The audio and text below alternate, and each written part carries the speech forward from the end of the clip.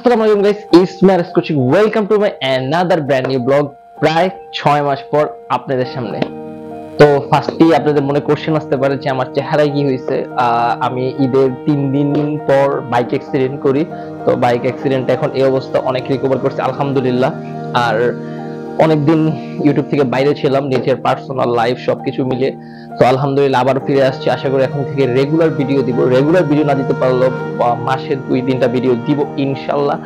আর এটা হচ্ছে আমার নতুন সেটআপ ক্যামেরার।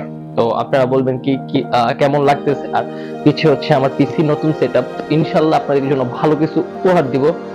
সো দেরি না করে লেটস ইন্ট্রো।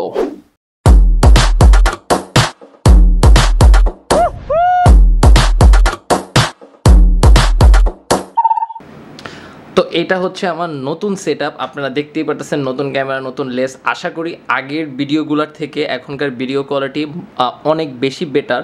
তো এখন বাজে 12:30, মের 1 তারিখ। তো আজকে শ্রমিক দিবস, আমি আজকে ফ্রি, তাই ভাবলাম যে একটা ব্লগ করে ফেলি। তো এখন থেকে ইনশাল্লাহ কিছুদিন পর পরই ব্লগ আপলোড হতে থাকবে। আর কালকে আমি যাচ্ছি হচ্ছে পুরান ঢাকা নাস্তা করতে। তার আগে হচ্ছে সকালে একটু হাঁটতে যাব। তো সেখান থেকে ব্লগটা শুরু করা। সো ব্লগে দেখা হচ্ছে, অনেক কথা হবে ইনশাল্লাহ। ব্লগটা এনজয় করুন।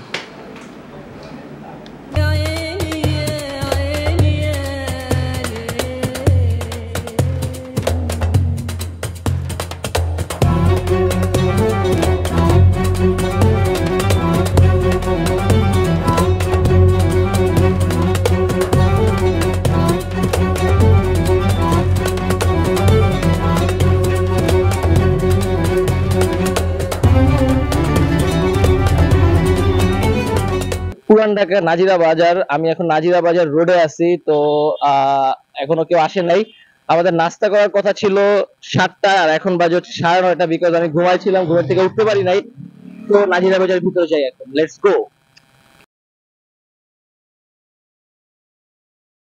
এখন নাজিরা বাজারের অনেক দোকান খুলে নাই, বেশিরভাগ দোকানই বন্ধ। কারণ পুরান ঢাকার মানুষজন মেবি নাস্তা করে 12টা-1টার সময়। আর আমার ফ্রেন্ড আসতেছে, যাকে আপনারা আগের অনেক ব্লগে দেখেছেন, একটা দুইটা ব্লগে। তো ও আসলে আর কি আমরা যাবো কোন জায়গায় নাস্তা করা যায়।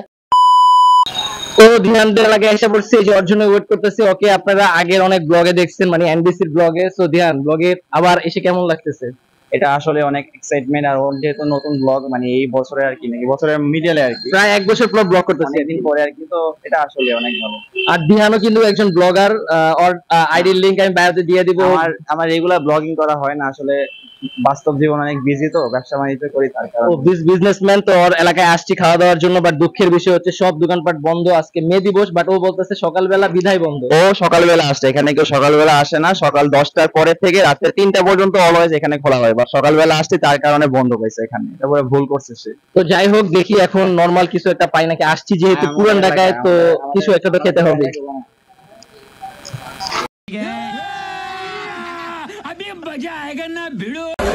তো দিহানদের এলাকায় খাওয়াইতে নিয়ে আসলে অনেক ফেমাস দোকান। নাম কি দিহান? নাম আছে পলি হোটেল এন্ড রেস্টুরেন্ট। তো পুরান ঢাকার সব দোকান বন্ধ হয়েছে, দ্যাটস ওয়াই আমরা এখানে আসছি। নেহারি খাওয়ার ইচ্ছা ছিল, সকালবেলা আসছে, হচ্ছে আজকে বন্ধ ছিল, তার কারণে সবসময় ওপেন থাকে। তো দেখা যাক এখানের খাবারের কোয়ালিটি কেমন। তো খাওয়ার পরে হচ্ছে আমরা হচ্ছে বাটারখানিয়া চা খাবো, পাশেই আছে। তো দেখা যাক। তো দোকান থেকে আমরা বাইরে হয়ে গেছি, বিকজ দিয়ান ভাই যে দোকানে নিয়ে গেছিল, দোকান অনেক ছোট, ওখানে ব্লগিংটা করতে পারি নাই। আর তো এখন নাস্তা খাওয়ার পরে পুরান ঢাকার একটা ফেমাস ঐতিহ্য হচ্ছে কি জানি, বাকরখানি আর চা। তো সেটা এখন টেস্ট করব। তো আমরা বাকরখানি একটা নিয়ে নিচ্ছি, মিষ্টিটা না, চাটা আবার অনেক মজা। চাটা হচ্ছে যেখান থেকে খাইছি নাস্তা, সেখান থেকেই নিচ্ছি, মানে দুধ চা। আই নো এটা দুধ চা।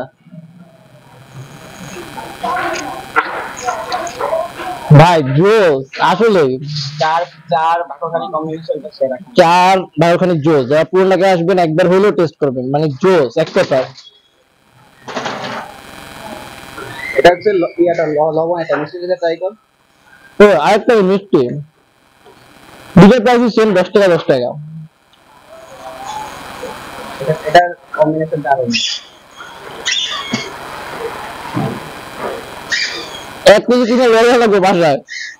আন্টির জন্য নিয়ে যান, আন্টি পছন্দ। না, বাঘারখানি হচ্ছে কি আমার এলাকায় আছে সেম টেস্টি, বাট চায়ের টেস্ট একটু মজা আর কি, আর দুইটা একসাথে মিলে খেলে আরো বেশি মজা লাগে, এই আর কি, আর বেশি কিছু না।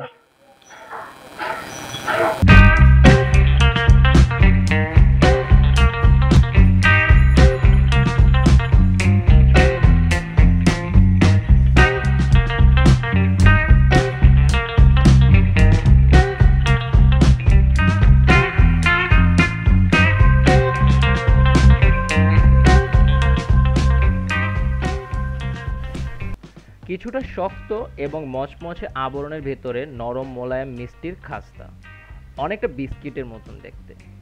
এর নাম বাকারখানি। পুরান ঢাকার বাকারখানি জগৎ বিখ্যাত। 18 সালের মাঝামাঝি নবাবী আমলে বাকারখানি প্রচলন শুরু হয়।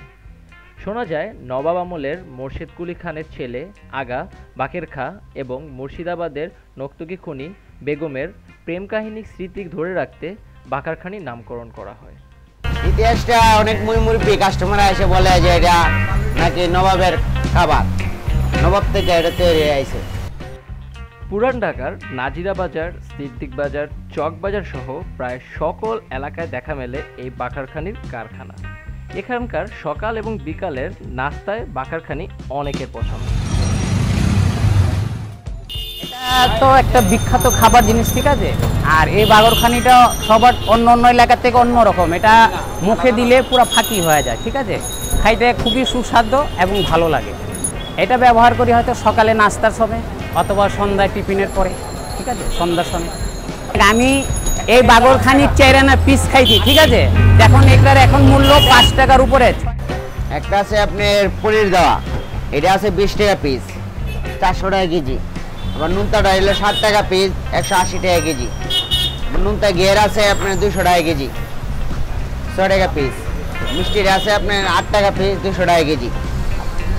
আবার এমনি বিভিন্ন যে অর্ডার নিয়ে আসে, যেমন ঘি নিয়ে আসে, ঘি দিয়ে বানাই দেই। সুতা কাবাব নিয়ে আসে, এগুলো দিয়ে বানাই দেই।